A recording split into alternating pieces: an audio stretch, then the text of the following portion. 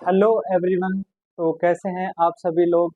हम anterior pituitary को पढ़ चुके थे, उससे सीक्रेट होने वाले हार्मोन हम देख चुके थे। आज हम देखेंगे जो पोस्टीरियर पिट्यूटरी है उससे आने वाले हार्मोन। पोस्टीरियर पिट्यूटरी,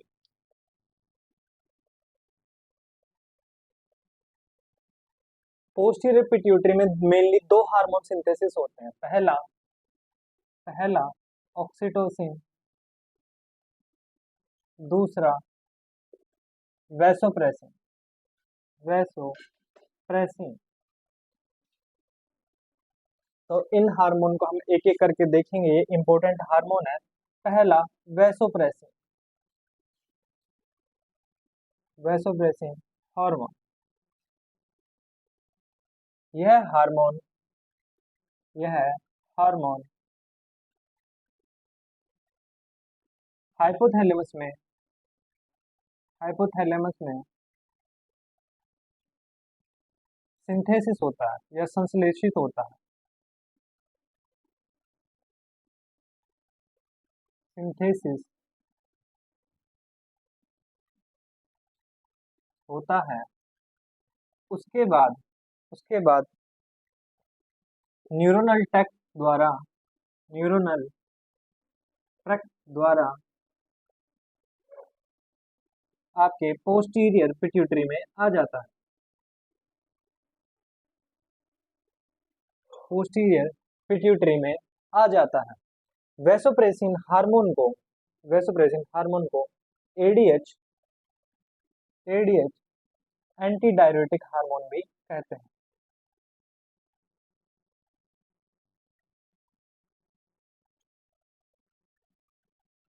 हार्मोन भी कहते हैं।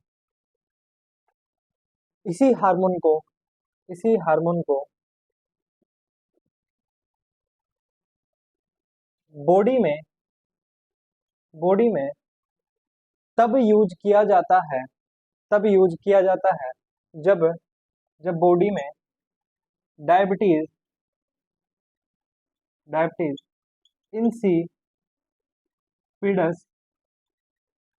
की प्रॉब्लम हो जाती है। डायबिटीज इंसिपिडस की प्रॉब्लम हो जाती है। इसको कैसे यूज करते हैं, ये आपके जो पार्ट है वो एमएसएन का पार्ट है। लेकिन हम देखेंगे वैसोप्रेसिन हार्मोन के क्या क्या फंक्शन होते हैं, क्योंकि आपको फंक्शन से और उससे या उसकी कमी से होने वाली जो समस्या है उसके बारे में आपको पता चल जाएगा। फंक्शन, वैसोप्रेसिन या एडीएच हार्मोन डीसीटी डीसीटी और सीटी कलेक्टिंग ट्यूब्यूल्स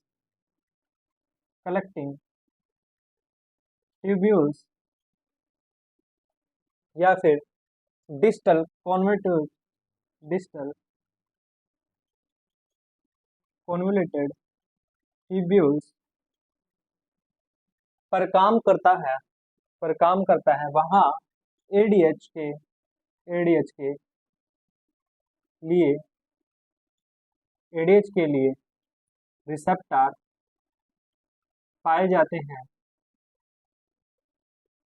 एडीएच वहां जाके बाइंड होता है और वाटर का रीअब्जॉर्प्शन रीअब्जॉर्प्शन करवाता है। पानी को वापस से जो ट्यूब्यूल्स होती है किडनी की उसमें रीअब्जॉर्ब करवाता है ताकि पानी वापस से बॉडी में यूज हो सके। और अगर ये वाटर रीअब्जॉर्ब हो जाएगा तो urine urine concentration urine concentration या यूरिन स्पेसिफिक ग्रेविटी बढ़ जाएगी। यूरिन की स्पेसिफिक ग्रेविटी बढ़ जाएगी। लेकिन लेकिन ब्लड की ब्लड की ओस्मोलैरिटी ओस्मोलैरिटी कम हो जाएगी। ब्लड की ओस्मोलैरिटी कम हो जाएगी। ओस्मोलैरिटी यानी ओस्मोलैरिटी ओस्मोलैरिटी यानी कि नंबर ऑफ सोल्यूट इन पर लीटर सोलवेंट। यानी कि आपके पास कोई पानी है, ठीक है। उस पानी के अंदर चीनी की कितनी मात्रा है, वो सोल्यूट है, वो दिखाता है कि आपका वो पानी वो कितना गाढ़ा होगा, ठीक है।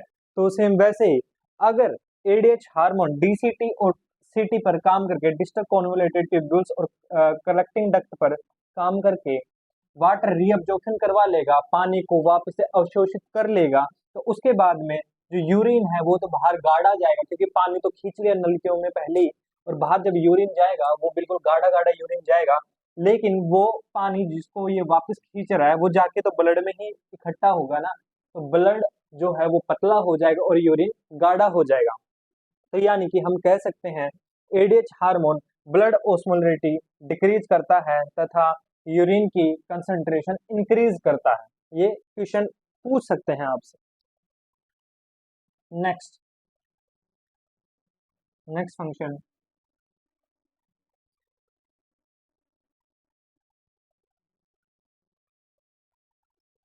एडीएच हार्मोन, एडीएच या वैसोप्रेसिन, इसको वैसोप्रेसिन इसलिए कहते हैं, इसको वैसोप्रेसिन इसलिए कहते हैं क्योंकि क्योंकि ये वैसो कॉन्स्ट्रिक्शन करवाता है,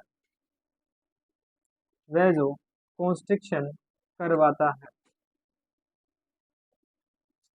क्योंकि यह वैसो कॉन्स्ट्रिक्शन करवाएगा, और वैसो कॉन्स्ट्रिक्शन होगा तो आपकी जो वेसल्स है वो सिकुड़ जाएगी और ब्लड की सप्लाई अच्छी हो जाएगी, इसलिए ये वेसल्स का कॉन्ट्रैक्शन करवाता है, इसलिए इसको वैसोप्रेसिन नाम भी दिया गया है, ठीक है। नेक्स्ट हम देखते हैं ऑक्सीटोसिन, नेक्स्ट हम देखते हैं ऑक्सीटोसिन। सिंपल एंड शॉर्ट पढ़िए, ज्यादा बल्क मत रखिए, अगर ज्यादा बल्क रखेंगे कंफ्यूज होंगे और सिलेक्शन में बड़ी दिक्कत आ जाएगी। Vasopressin sorry oxytocin hormone, oxytocin hormone, यह हार्मोन भी हाइपोथैलेमस में हाइपोथैलेमस में सिंथेसिस होता है। उसके बाद न्यूरोनल ट्रैक्ट द्वारा न्यूरोनल ट्रैक्ट द्वारा पोस्टीरियर पिट्यूटरी में आके स्टोर हो जाता है। अब ये ऑक्सीटोसिन हार्मोन क्या काम करेगा, ऑक्सीटोसिन हार्मोन क्या काम करेगा, ये करवाएगा मिल्क इजेक्शन, मिल्क इजेक्शन, जिसे हम बोलेंगे let down reflex, let down reflex, जिसे हम बोलेंगे लैक्टोकाइनेसिस या ग्लैक्टोकाइनेसिस, इन सभी के नाम से क्वेश्चन पूछा जाता है। इसमें होगा क्या, इसमें होगा क्या, सपोज ये ब्रेस्ट है, सपोज ये ब्रेस्ट है,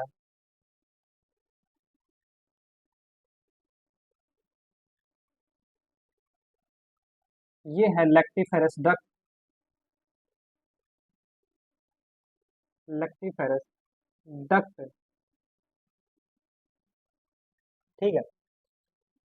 इसमें आकर जुड़ रही है आपकी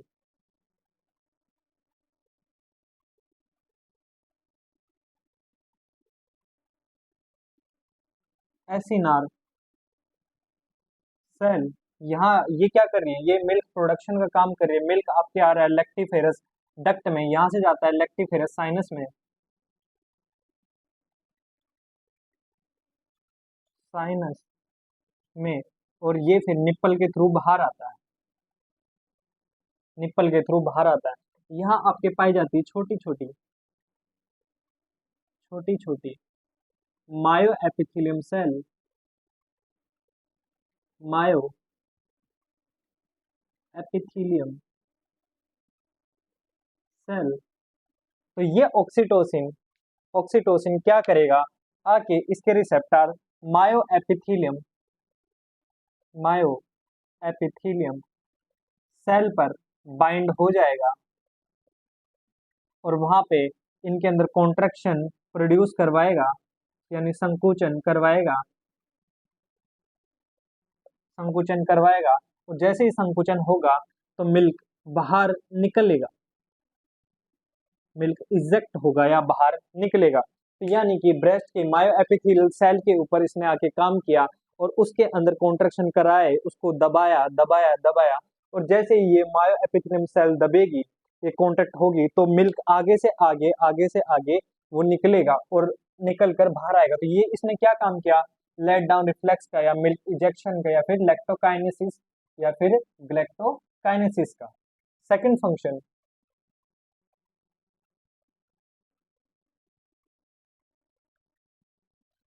function, uterine contraction. Uterine contraction, oxytocin के रिसेप्टर ऑक्सीटोसिन बाइंड होगा यूटेराइन कोर्नुआ पर, जिसे पेसमेकर ऑफ यूट्रस भी कहते हैं। ये क्वेश्चन में बनता है, जिसे पेसमेकर ऑफ यूट्रस बोलते हैं, उस पर बाइंड होगा, क्योंकि यहाँ इसके सेल स्पेसिफिक रिसेप्टर पाए जाएंगे। सेल स्पेसिफिक रिसेप्टर पाए जाएंगे, कोर्नुआ पर बाइंड होगा और कॉन्ट्रैक्शन करवाएगा, जिससे कि जो फीटल मास होगा या जो फीटस होगा वो आगे की आगे मूव करेगा या फिर डिसेंड होगा। तो इस तरीके से ऑक्सीटोसिन यूट्राइन कॉन्ट्रैक्शन का भी काम करवाता है। और इसका यूज जिस टाइम पे डिलीवरी करते हैं उस टाइम कर सकते हैं, और इसका यूज अबॉर्शन के टाइम पे कर सकते हैं, क्योंकि उस टाइम पे भी फीटस या फीटल जो मास होता है उसको बाहर निकालना होता है। और पोस्टपार्टम हेमरेज में भी कर सकते हैं, पोस्टपार्टम हेमरेज उसमें भी कर सकते हैं। तो डिलीवरी के टाइम पे भी जब कॉन्ट्रैक्शन होंगे यूट्रस के अंदर, तब जाके फीटस बाहर निकलेगा। अबॉर्शन में भी जब ये कॉन्ट्रैक्शन करवाएगा तो उस टाइम पे, ये अबॉर्शन के टाइम पे जो फीटल मास होगा वो बाहर निकलेगा। और जब पोस्टपार्टम हेमरेज हो जाएगा, जब बच्चा पैदा हो चुका है, उसके बाद में पोस्टपार्टम पीरियड में जब ब्लीडिंग होती है माँ को, तो उसको रोकने के लिए ऑक्सीटोसिन का यूज करते हैं। और ये ऑक्सीटोसिन यूट्रस के अंदर कॉन्ट्रैक्शन करवाएगा, जिससे कि ब्लीडिंग रुक जाएगी। ऑक्सीटोसिन को पिटोसिन हार्मोन के नाम से भी जानते हैं।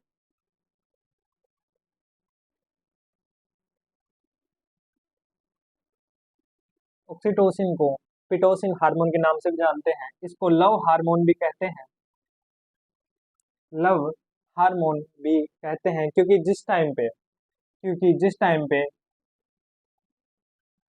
आपके इंटीमेट होने का टाइम होता है, तो उस टाइम पे ऑक्सीटोसिन रिलीज होता है। और ये ऑर्गेजम यानी अत्यंत संतुष्टि की फील दिलाता है, इसलिए इसको लव हार्मोन भी कहा जाता है। इसको यूट्राइन कॉन्ट्रैक्शन हार्मोन भी कहते हैं, यूटेराइन कॉन्ट्रैक्शन हार्मोन भी कहते हैं, क्योंकि क्योंकि यह यूट्रस का कॉन्ट्रैक्शन करवा रहा है। ठीक है, अब हम देखेंगे नॉन प्रेग्नेंट यूट्रस पे ये क्या काम करेगा।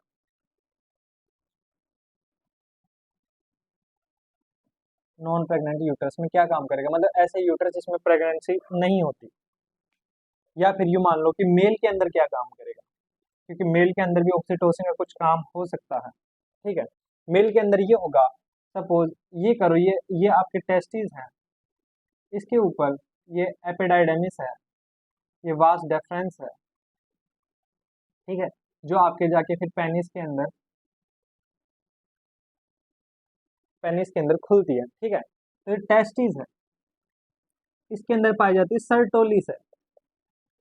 सर्टोली सेल, ये सेल क्या करती है, स्पर्म का प्रोडक्शन करती है, स्पर्म प्रोडक्शन करती है। ये स्पर्म जैसे ही बनेंगे उसके बाद ये आएंगे एपिडाइडमिस में, एपिडाइडेमिस में, जो इसका स्टोरेज करेगा। उसके बाद ये वास डेफरेंस में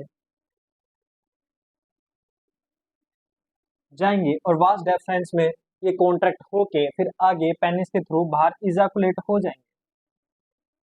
तो ये काम भी, ये कॉन्ट्रैक्शन का काम भी कौन करवाएगा, वो करवाएगा ऑक्सीटोसिन करवाएगा। यानी कि अगर मेल में भी ऑक्सीटोसिन हार्मोन नहीं आए तो वो मेल इनफर्टाइल हो सकता है, इनफर्टाइल हो सकता है,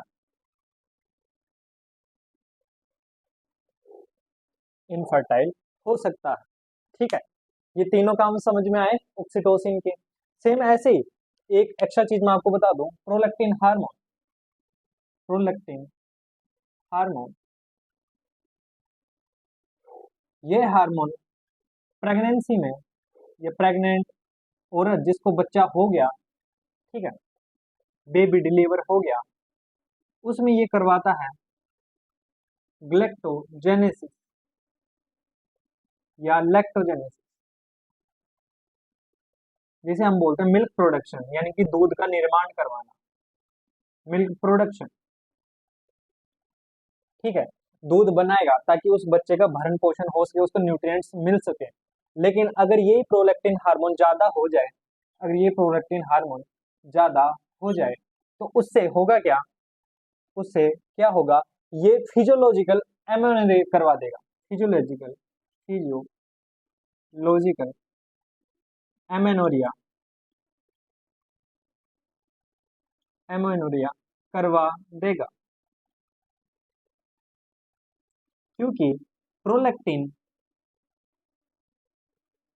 जस्ट अपोजिट काम करता है एफएसएच एंड एलएच। अगर प्रोलैक्टिन बढ़ेगा तो एफएसएच एंड एलएच कम हो जाएंगे, और एफएसएच एलएच अगर नहीं होंगे तो उसकी मेंस्ट्रुअल साइकिल रेगुलेट नहीं हो पाएगी, ठीक है। तो इतना आपको समझ में आया, मुझे उम्मीद है आप सभी इतना समझ पा रहे होंगे।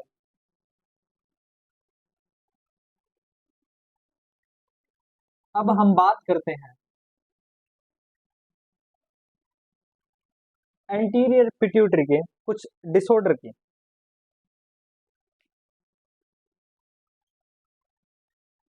एंटीरियर पिट्यूटरी के डिसऑर्डर की, अगर जीएच हार्मोन बढ़ रहा है एडल्ट में, एडल्ट में तो उसे कहेंगे एक्रोमेगाली।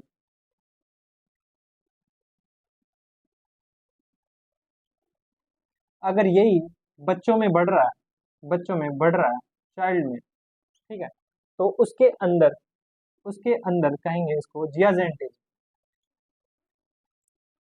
या जाइजेंटिज्म, ठीक है, बच्चा जायंट जैसा दिखाई देता है। तो हम यहाँ डिस्कस कर लेते हैं एक्रोमेगेली, एक्रोमेगेली। एक्रोमेगेली में क्या देखा जाता है, इसके अंदर देखा जाता है abnormal, abnormal increase level of GH hormone, यानी कि ग्रोथ हार्मोन वो अबनॉर्मली इंक्रीज हो जाता है। किसमें इंक्रीज हो जाता है, एडल्ट के अंदर। किसके अंदर, एडल्ट, यानी कि हमारे जैसे बड़े जो 18 साल से ऊपर के हैं उन्हें एडल्ट कहा जाता है। इसके अंदर क्या क्या साइन सिम्टम्स देखने को मिलेंगे, क्या क्या साइन सिम्टम्स देखने को मिलेंगे, इसमें देखने को मिलेगा प्रोट्रूजन ऑफ, ऑफ ये बोन जो होती है उसका, ऑफ चिक बोन, चिक बोन एंड मैंडिबल, ठीक है। तो इसके अंदर, अंदर ये वाला हिस्सा आपने कभी खली को देखा होगा तो उसका ये वाला हिस्सा आगे अलग सा उभरा हुआ होता है, और ये हिस्सा भी थोड़ा सा उसका बड़ा बड़ा होता है, उसको हम बोलते हैं प्रोट्रूजन ऑफ चिक बोन एंड मैंडिबल, ठीक है। इसको प्रोग्नेटिज्म भी बोलते हैं, इसको प्रोग्नेटिज्म भी बोलते हैं। ठीक है।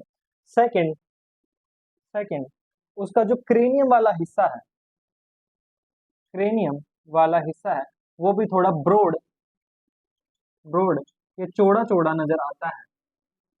ये वाला हिस्सा है, ये वाला क्रेनियम वाला जो हिस्सा है ये भी उसमें थोड़ा सा चौड़ा चौड़ा सा नजर आएगा।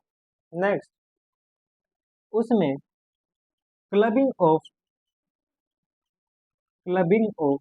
फिंगर भी देखी जाएगी, यानी कि उसकी उंगली थोड़ी सी मुड़ी मुड़ी सी अजीब सी चौड़ी चौड़ी सी उसकी उंगलियां होंगी।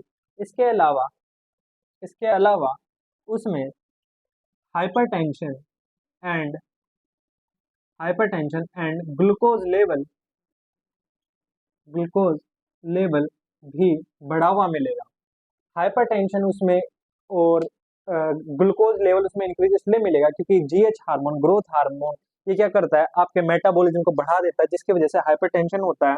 तथा मैंने बताया था ये कार्बोहाइड्रेट का जो कार्बोहाइड्रेट है उसका यूटिलाइजेशन करवाता है, ज्यादा उसका यूटिलाइजेशन करवाता है, जिसकी वजह से क्या होगा जो ग्लूकोज लेवल है वो ब्लड के अंदर बढ़ा हुआ देखने को मिलेगा। इसके अलावा इसमें काइफोसिस काइफोसिस यानी कि बैक हम्प भी बैक हम्प भी देखने को मिलेगा, देखने को मिलेगा। और इसकी टंग भी, जो इसकी जीभ है वो भी प्रोट्यूड टंग देखने को मिलेगी, प्रोट्यूड टंग देखने को मिलेगी, क्योंकि जीएच हार्मोन बढ़ रहा है तो वो एकदम गोरिल्ला जैसा नजर आएगा। जैसे कि आपने कभी देखा होगा खली को भी, तो उसका ये वाला हिस्सा होता है, ये चिक बोन और ये मैंडिबल साथ के साथ में ये भी थोड़ी सी बड़ी बड़ी और बाहर की तरफ उभरी हुई नजर आएगी। उसके बैक हम्प भी ऐसे, जैसे कि उसके पीठ में कुबड़ सा निकल गया हो या फिर थोड़ा सा वो आगे की तरफ झुक गया हो और ये वाला हिस्सा बाहर ज्यादा निकल गया हो, ये उसमें देखने को मिलेगा। उसका जो क्रेनियम वाला हिस्सा है ये भी काफी ब्रॉड चौड़ा चौड़ा नजर आएगा। इसके अलावा उसमें टंग भी प्रोट्रूड देखी जाएगी और टंग भी थोड़ी सी बड़ी और चौड़ी होगी, और साथ में उसमें हाइपरटेंशन एंड ग्लूकोज लेवल बढ़ा हुआ देखा जाएगा। ठीक है। अब इसके डायग्नोस्टिक इवाल्युएशन में क्या कर सकते हैं, डायग्नोस्टिक इवाल्युएशन में क्या कर सकते हैं, इसमें हम करेंगे growth hormone level check, growth hormone के लेवल चेक कर सकते हैं। इसके अलावा उसमें स्पाइनल एक्सरे भी करा के देख सकते हैं और ब्लड ग्लूकोज लेवल मॉनिटरिंग भी कर सकते हैं, पिट्यूटरी फंक्शन भी देख सकते हैं। इतने हम डायग्नोस्टिक इवाल्युएशन हम कर सकते हैं। इसके ट्रीटमेंट के लिए इसके ट्रीटमेंट के लिए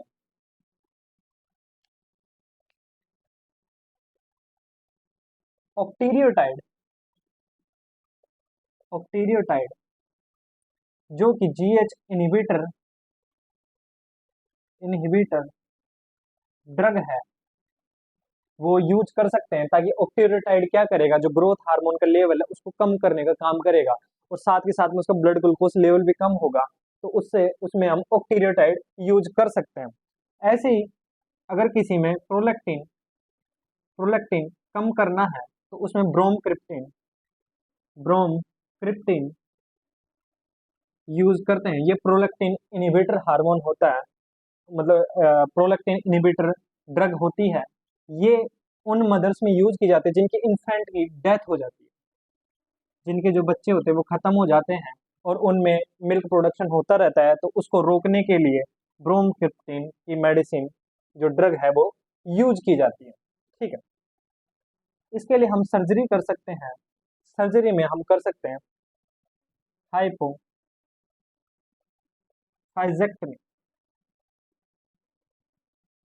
हाइपोफाइजियल ग्लैंड को रिमूव करना। और हाइपोफाइजियल ग्लैंड आपकी कौन सी है, पिट्यूटरी ग्लैंड, पिट्यूटरी ग्लैंड उसको रिमूव करना, पिट्यूटरी ग्लैंड को रिमूव करना।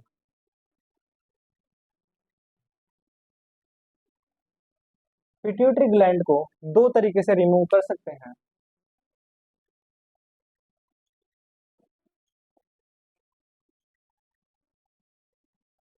दो तरीके से रिमूव कर सकते हैं। पहला, ट्रांसक्रेनियल अप्रोच,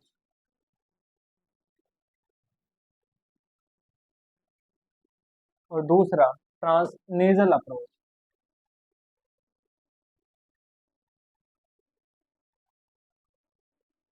इसके अंदर डायरेक्टली क्रेनियम को हटाकर हाइपोफाइजल ग्लैंड तक हाइपोफाइजियल ग्लैंड तक पहुंचा जाता है, और उसका कोई अगर ट्यूमर है तो उसे हटा दिया जाता है।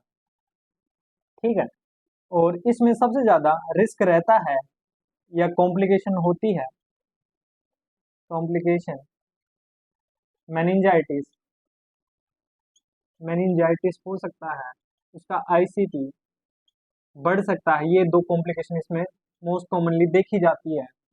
और अगर ट्रांसनेजल अप्रोच करते हैं, नाक के द्वारा पीछे जो पिट्यूटरी ग्लैंड है उस तक अप्रोच की जाती है, तो उसमें रिस्क रिस्क सीएसएफ लीकेज का होता है, उसमें कॉम्प्लिकेशन सीएसएफ लीकेज देखी जाती है।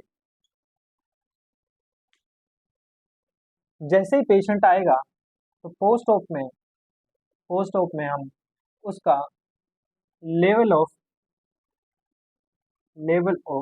कॉन्शियसनेस कॉन्शियसनेस असेस करेंगे, एयरवे मेंटेन करेंगे,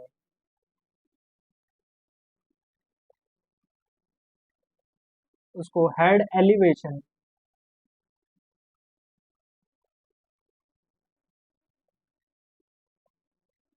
करेंगे, और अगर उसके नाक से कोई भी क्लियर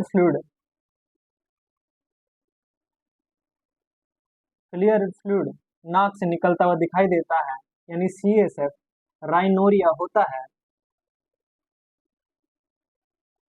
तो डॉक्टर को इन्फॉर्म करेंगे तो डॉक्टर को इन्फॉर्म करेंगे। ठीक है। तो आपको ये एक्रोमेगेली की बीमारी समझ में आई। सेम टू सेम सारी की सारी चीजें जो आपकी जायजेंटीज में है उसमें भी देखी जाएगी। प्लस में बच्चे के लेग प्लस हैंड वो ज्यादा बड़े बड़े नजर आएंगे, साथ में उसमें मेंटल रिटार्डेशन भी हो जाएगा। ये दो चीजें उसमें और एक्स्ट्रा देखी जाती है। ठीक है। तो आपको एंटीरियर पिट्यूटरी की जो प्रॉब्लम थी वो समझ में आई। ठीक है। इसमें हमारी मोस्ट ऑफली पूछी जाती है एक्रोमेगेली, और एक्रोमेगेली में जो क्वेश्चन बनते हैं उनको मैंने हाईलाइट किया है। ठीक है।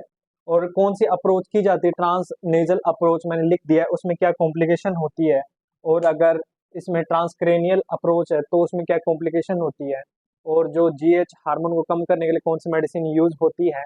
इसके अलावा अगर प्रोलैक्टिन हार्मोन वो उसका लेवल बढ़ा हुआ है, और किसी जो इन्फेंट की डेथ हो चुकी है तो उसकी माँ में मिल्क प्रोडक्शन को रोकने के लिए और मेंस्ट्रुअल साइकिल फिर से स्टार्ट करने के लिए वो कौन सी मेडिसिन यूज करेंगे, ब्रोमक्रिप्टिन, वो भी मैंने आपको बता दिया। जो जो इसमें क्वेश्चन बनते थे वो मैंने आपको बता दिए हैं।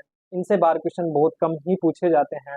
तो प्लीज़ मेरी क्लास को लाइक करना, सब्सक्राइब करना और अपने दोस्तों को शेयर करना। यहाँ पे शॉर्ट एंड स्वीट तरीके से आपको आपके एग्ज़ाम की तैयारी करवाई जा रही है।